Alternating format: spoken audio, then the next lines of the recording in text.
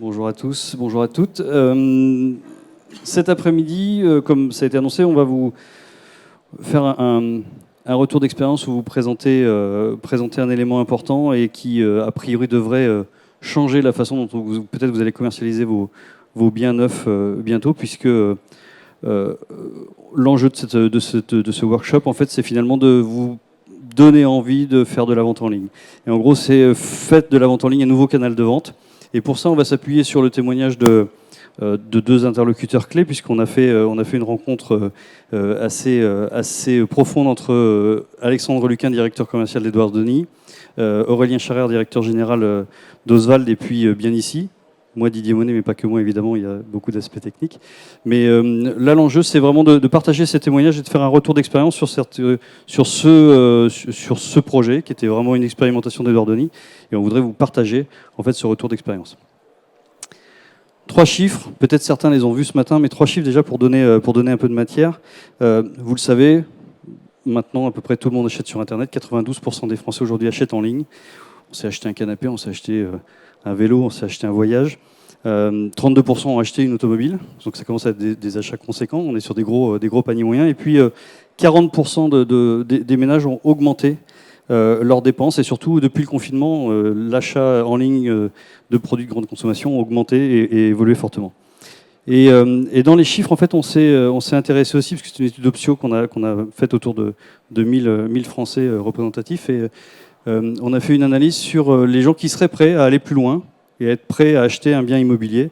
Et en fait, 48% d'entre eux, alors dans les faits, 10% sont prêts à le faire tout seuls, totalement seuls, et accompagné d'un vendeur, on arrive à 48%, c'est-à-dire un Français sur deux est prêt à acheter son appartement en ligne. Et ça, c'est déjà, rien que le chiffre est une révolution. Et ensuite, on l'a traduit en expérience. Alors, on le disait, on peut acheter une Tesla. Bientôt, on pourra acheter un voyage dans l'espace avec SpaceX. Mais jusque-là, on n'avait jamais acheté d'appartement en ligne. Jusque-là, c'est-à-dire jusqu'à aujourd'hui. Parce qu'à partir de maintenant, vous pourrez. Voilà. Et la révolution commence là. Du matin, ou plutôt du soir, à deux ou en famille, que vous ayez besoin de faire une pause, ou que vous sachiez déjà ce que vous voulez, que vous soyez mobile, ou plutôt pressé. Avec la vente en ligne du groupe Edouard Denis, la propriété se vit à votre rythme.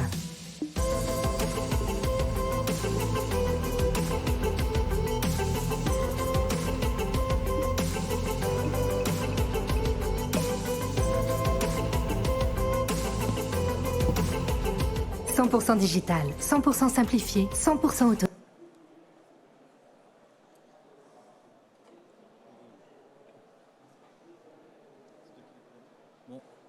Donc voilà, ça c'était une petite vidéo qui vous a permis d'avoir un aperçu sur ce qu'on a fait, tous les trois, pour Edouard Denis, et donc sur le premier site réellement e-commerce dans l'immobilier neuf.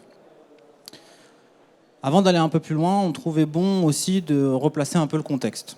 Vendre des appartements neufs en ligne, c'était un peu une légende dans la promotion. En tant qu'agence, ça faisait plusieurs années qu'on était régulièrement interrogé sur ce mythe, et à chaque fois on était souvent confronté à que va-t-il se passer avec mes vendeurs, avec mes commerciaux, qu'est-ce que ça veut dire sur l'espace de vente, on a eu l'occasion d'en parler ce matin, etc. Et donc ça a été un mythe, et c'était vraiment il y avait une espèce de truc un peu sombre qui arrivait quand on disait on doit passer au e-commerce, les appartements aussi, et pourtant c'était la seule chose qu'on ne pouvait pas acheter en ligne. Du coup, ce premier site e-commerce, on l'a sorti à 3, on peut le dire, à 3 intervenants. Le premier, c'est évidemment Edouard Denis, qui est venu nous chercher, qui nous a demandé de travailler main dans la main sur une expérience. Le second, c'est bien ici, parce qu'on avait besoin de projeter. On l'a bien vu, quand on est sur un achat aussi impliquant, il y a une réelle nécessité de donner des médias de projection et de permettre aux gens de se décider leur achat. Et le troisième, c'était nous, c'était Oswald, puisque il fallait avoir une expérience avec un parcours sans couture, très fluide, qui permettait également d'avoir un tunnel de conversion, etc. Donc ça, c'est l'histoire un peu du premier lancement e-commerce et de ces 3 acteurs. Le brief perçu par l'agence et par bien ici, et après Alexandre le racontera tel que lui l'avait pensé, c'était un brief qui était constitué de 3 éléments principaux. Le premier, c'est une vision des équipes d'Edouard Denis, du promoteur, qui avait pour ambition de proposer l'achat autonome sur une partie de ses programmes. C'est bien comme ça qu'on l'a vu, donc c'était une vision du groupe. On va mettre en vente des appartements et on va permettre à des gens de devenir propriétaires seuls. Le second, c'était une expérimentation, c'était vraiment un laboratoire. Il faut bien le voir comme ça. Ce matin, on a parlé de crash test et c'était un crash test.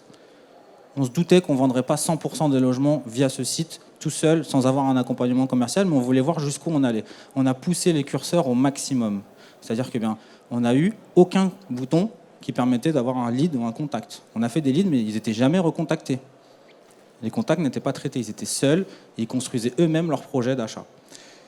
Et tout ça, ça a été motivé par une raison, très terre-à-terre pour le coup, qui a été, comme on l'a dit, de maîtriser les coûts. Maîtriser les coûts de distribution avec pour objectif de baisser le prix de vente pour être concurrentiel et d'offrir aux clients potentiels la meilleure des offres.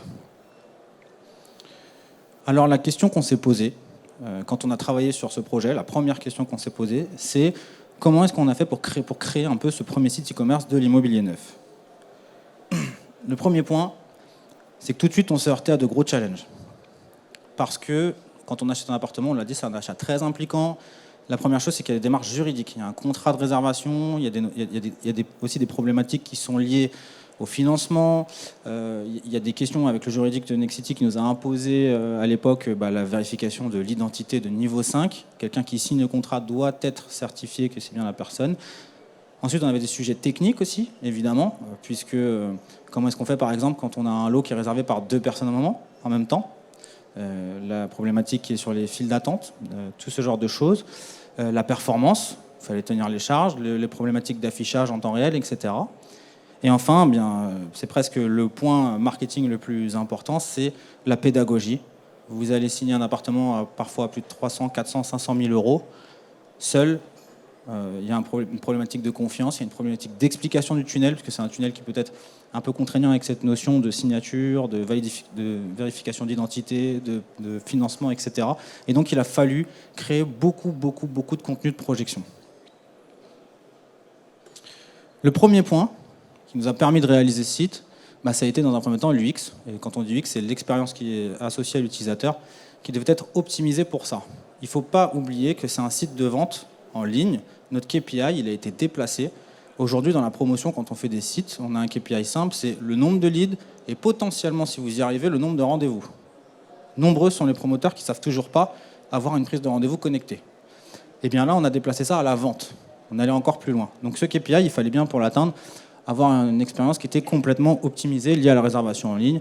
Donc vous le voyez, déjà le découpage dans le site, avec la mise en avant des appartements, avec ce bouton réservé, avec même le choix des couleurs, avec le nombre d'informations qu'il fallait intégrer, tous les scénarios de marketing automation qu'on a pu mettre dedans aussi également.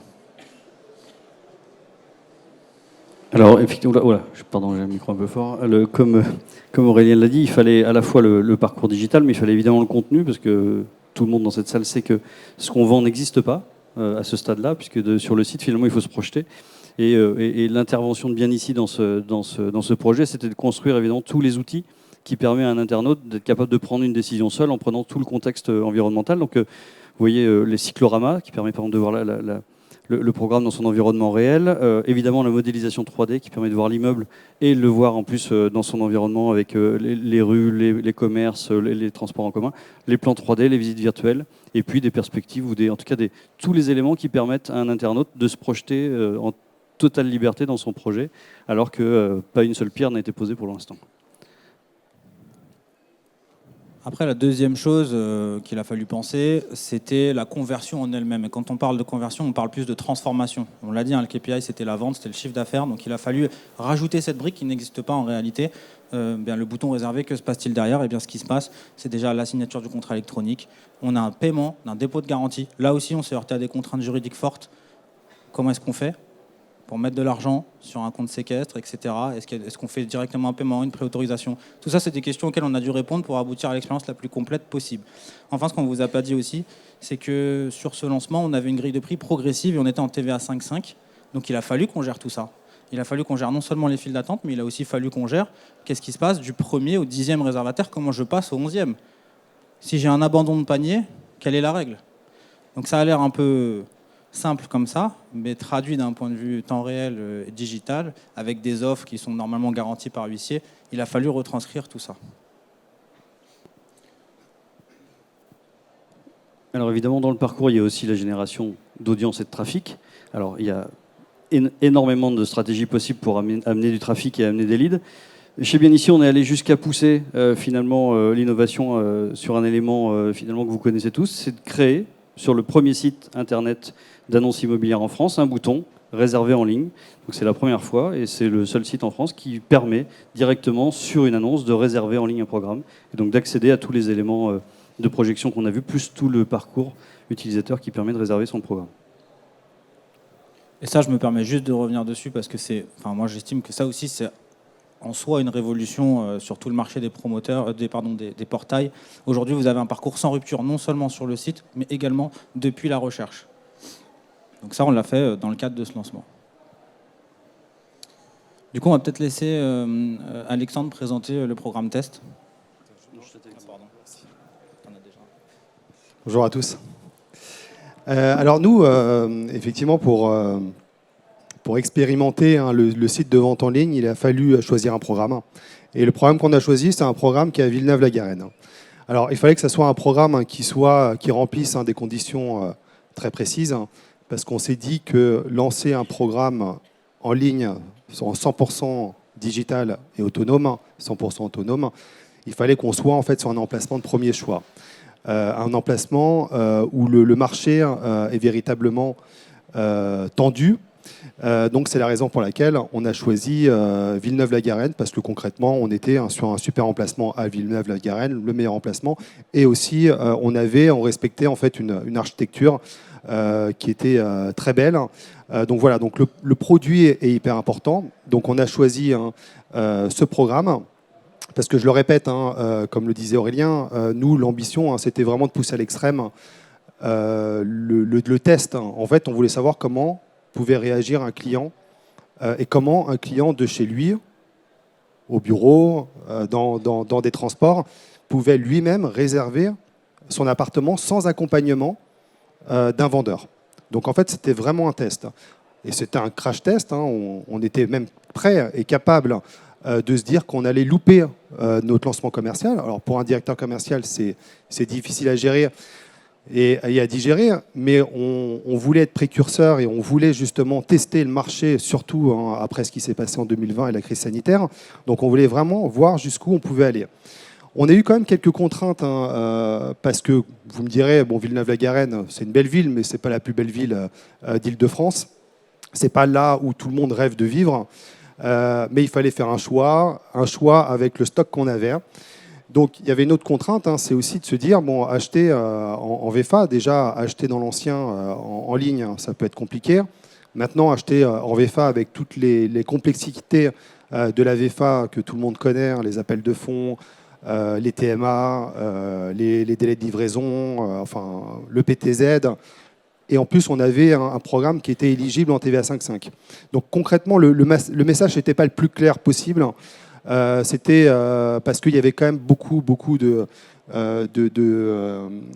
points de détail qui faisaient qu'on n'avait pas un message hyper précis. Donc les enseignements, donc comme je vous le disais, en fait, nous, notre ambition, c'était qu'il n'y ait pas d'intervention humaine dans la vente en ligne, donc pousser au maximum les curseurs sur la vente en ligne. Alors, on est satisfait, on le verra, parce qu'on a fait pas mal de réservations. Maintenant, je pense qu'on aurait fait plus de réservations si on l'avait fait dans un canal différent, d'une part, ou alors si on avait mis en place une intervention humaine sur le projet. Donc, sur le score qui a été fait, donc on a réservé 20% des logements en ligne, en totale autonomie. Donc, c'est un super score. 20% du programme s'est vendu dès la première semaine totalement en ligne. Alors, concrètement, c'était une petite résidence, il y avait 40 logements, donc 20%, c'est 8 réservations. Mais voilà, donc on était satisfait et on est satisfait du résultat. Maintenant, comme je vous le disais, je pense que penser autrement aurait pu faire que le résultat aurait été meilleur. Je m'explique. Alors pourquoi on était moyennement satisfait ? C'est tout sur ce qui a été généré par le plan média. En fait, concrètement, notre plan média a généré plus de 1000 contacts. Il y a eu 4600 vues sur le site. Il y a eu 700 vues sur le site le jour de l'ouverture des ventes. Il y avait 105 personnes qui étaient connectées à midi à l'ouverture des ventes et on a fait 8 réservations. Concrètement, on aurait fait un lancement classique, on aurait fait, je pense, 3 fois plus de réservations. Alors, l'idée, c'est pas de dire que ça ne fonctionne pas, c'est qu'on a été précurseur et je pense qu'il faut l'adapter parce qu'en fait, concrètement, c'est un site pour moi, de plus de réservations en ligne que de ventes en ligne. Ce n'est pas le site qui vend, il faut quand même qu'il y ait une intervention humaine pour vendre. Donc, sur ce résultat-là, alors c'est vrai que quand nous, on a eu l'idée de mettre en place cette solution, on s'est dit, mais quelle est la cible ? On pensait que justement les personnes qui étaient capables en fait de réserver en ligne, c'était des personnes averties, c'était des investisseurs, c'était des gens qui ont l'habitude d'investir dans l'immobilier ancien, mais on ne pensait pas que les primo-accédants allaient pouvoir utiliser cette solution d'investissement, parce que concrètement, il faut avoir beaucoup de courage pour un particulier de prendre une décision derrière son écran, d'être chez lui, d'avoir une visibilité sur tout le stock et de se dire, bon ben voilà, moi j'achète ici en neuf, en se disant, bon ben voilà, c'est livré dans 3 ans. Qu'est-ce qui se passe pendant toute la durée, même si en fait toute l'interface et sur le site, tout était très bien expliqué. Mais voilà, il faut avoir ce courage-là. Mais le bilan, qui est plutôt bon, parce que 20% de réservataires, on a eu 80% de résidences principales. Alors ça s'explique aussi par le programme, parce qu'on était sur un programme plutôt orienté, ciblé, créé pour de la résidence principale, avec des grandes surfaces. En plus, on était éligible en TVA 5.5. Donc 80% ont acheté en résidence principale et on a eu 20% d'investisseurs. Ensuite, la moyenne d'âge. Alors c'est vrai qu'on peut se dire que le digital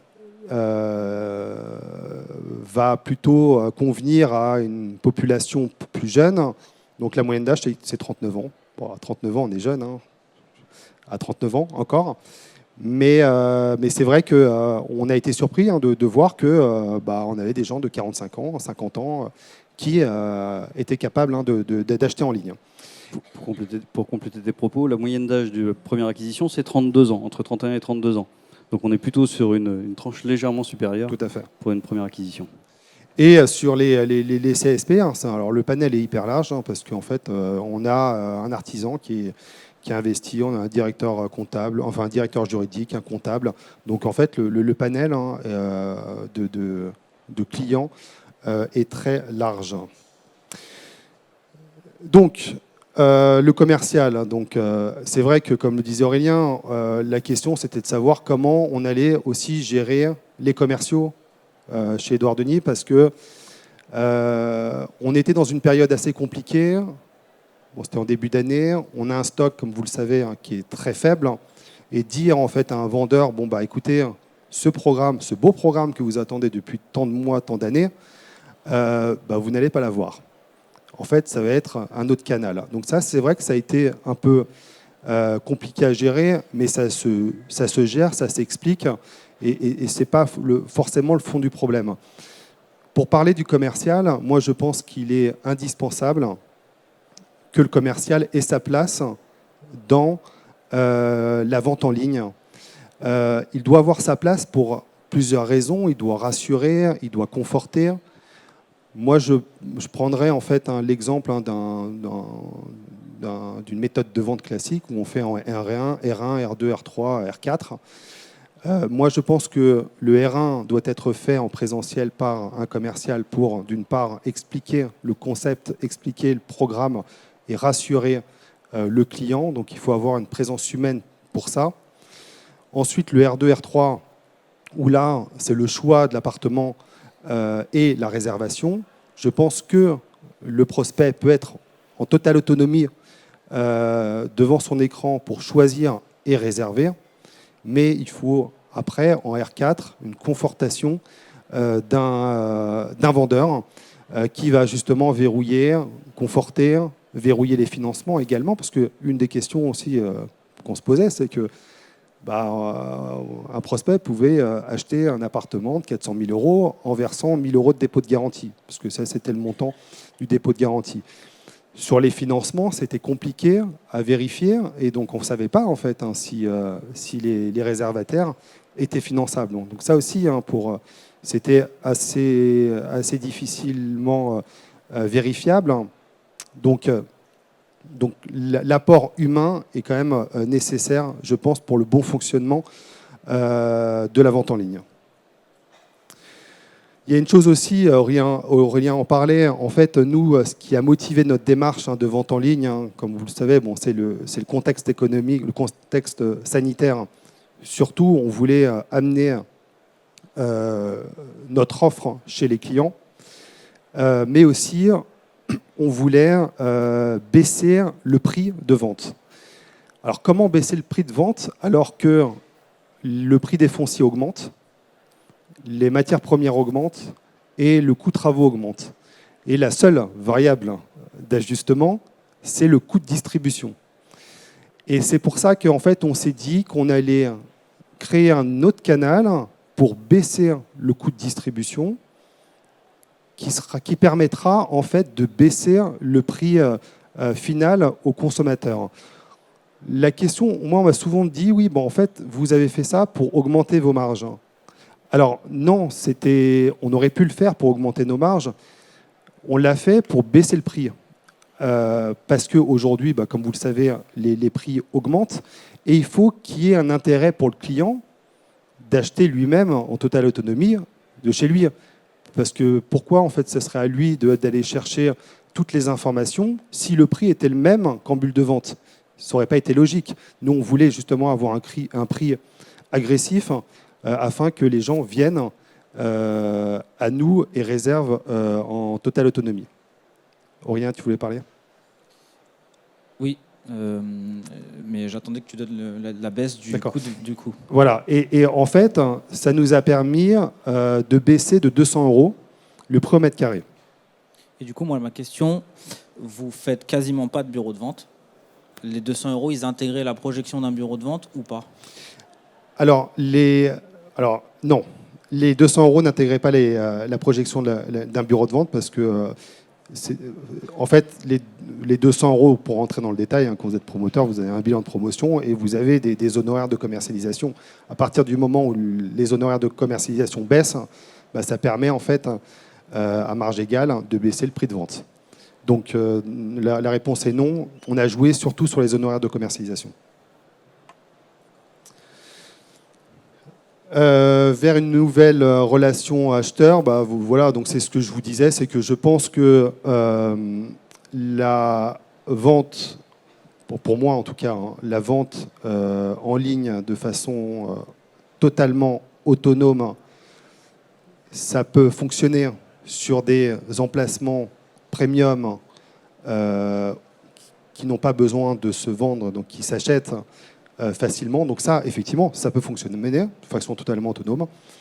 Maintenant, sur des emplacements qui ne sont pas, où il y a une concurrence ou alors qui ne sont pas les plus premium, parce que après, sur un immeuble, vous avez toujours des appartements qui se vendent le mieux. Concrètement, le dernier étage terrasse de 50 mètres carrés, ça va se vendre tout de suite. En revanche, le premier étage au nord, ou alors le rez-de-chaussée sur rue, sera plus difficilement vendable. Donc concrètement, vendre ça totalement en digital, c'est un peu compliqué. Donc voilà, donc moi, par rapport à l'expérience qu'on a et que j'ai eue sur cette vente en ligne, je pense qu'il faut l'accompagner par des vendeurs avant et après le lancement commercial. Mais c'est un très bel outil de réservation ou alors de vente en ligne si l'emplacement est premium. Et c'est un bon outil aussi pour gérer les files d'attente au lancement commercial. Parce que souvent, quand on fait de beaux lancements commerciaux, on a des files d'attente parfois plusieurs jours avant le lancement commercial. Il faut les gérer, ces files d'attente, avec des huissiers, avec du personnel et autres. Là, l'avantage de ce site, ça permet, en fait, c'est le prospect qui gère lui-même sa réservation. et il ne peut pas dire au promoteur que c'est de sa faute s'il était 3e ou 4e. Donc là, c'est lui qui réserve lui-même. Donc ça peut aussi gérer les files d'attente. Je vais repasser la parole. C'est moi qui prends. Oui, Ouais, je toi. vais enchaîner. Effectivement, on a ouvert un nouveau canal de vente avec des choses effectivement qui peuvent être optimisées et des choses qui sont déjà des vrais succès. En tout cas, on voit qu'on est capable de le gérer de bout en bout. Il y a des optimisations et l'équipe d'Oswald a travaillé beaucoup pour aller encore plus loin. Et on retrouve finalement tous les codes du e-commerce. Alexandre parlait de la gestion de la file d'attente. Finalement, on va créer de la rareté. On va créer un besoin d'accélérer la décision d'achat parce que quand vous êtes tout seul devant votre écran, c'est vous mettez votre carte bleue ou vous la mettez pas. Si vous la mettez pas, vous prenez le risque de pas avoir l'appartement. Donc il y a toute une mécanique d'animation évidemment apportée autour de ça et avec les différents éléments qu'on a reçus d'Oswald qui était très très riche et sur le parcours utilisateur avec Edouard Denis. Donc cette expérience là en fait nous permet d'ouvrir déjà des perspectives et il y a déjà finalement des promoteurs qui ont pris le relais, puisque sur ce premier crash test d'Edouard Denis qui a osé sauter de la falaise, heureusement avec un élastique quand même à la cheville, mais en tout cas qui a sauté de la falaise. Depuis, on a des promoteurs qui ont pris le relais. On a aujourd'hui des promoteurs comme Tesselia en Rhône-Alpes ou Decimo en Ile-de-France qui ont pris le relais, qui ont mis des programmes à vendre en ligne. On a des promoteurs nationaux qui sont en train de s'engager sur ces sujets-là. Donc la question est plus de savoir maintenant si on peut ou pas vendre en ligne, si on doit ou pas vendre en ligne, c'est quand est-ce que vous le faites en fait. Parce que finalement la prochaine démarche, elle est là. Nos internautes, vos clients sont dans ces processus d'achat. Il ne reste plus que ça à faire. Donc si ça vous intéresse, Morgane sera ravi de vous accueillir pour rentrer dans le détail à la fois du produit et peut-être un peu plus encore dans le détail des expériences. Soit sur le stand d'Oswald qui présente le produit Elixir, soit sur le stand de Bien Ici, évidemment, avec évidemment la joyeuse et gentille et honorable participation d'Alexandre. Merci de nous avoir écoutés. Est-ce que vous avez des questions? Est-ce que vous avez des interrogations, des doutes, un enthousiasme, une folie, une hola, quelque chose?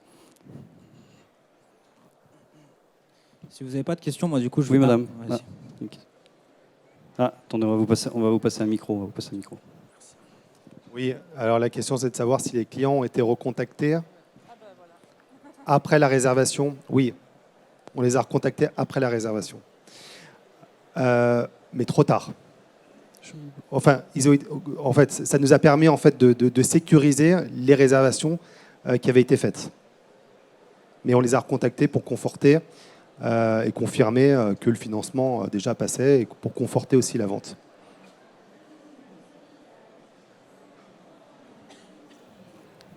Une autre question?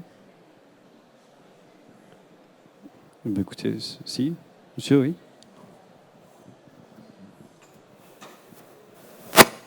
Bonjour. C'est pour savoir si la démarche avait été accompagnée sur les réseaux sociaux en même temps que poussée sur le web. Oui, il y a eu une grosse stratégie d'acquisition, donc effectivement, avec une part sur toute la partie sociale, ouais, donc effectivement, que ce soit social media ou que ce soit en paid, donc où on a fait des actions payantes, etc. Ouais. Ouais, il y a eu un gros plan média qui a été déployé, et même un peu en RP par la suite. Ouais.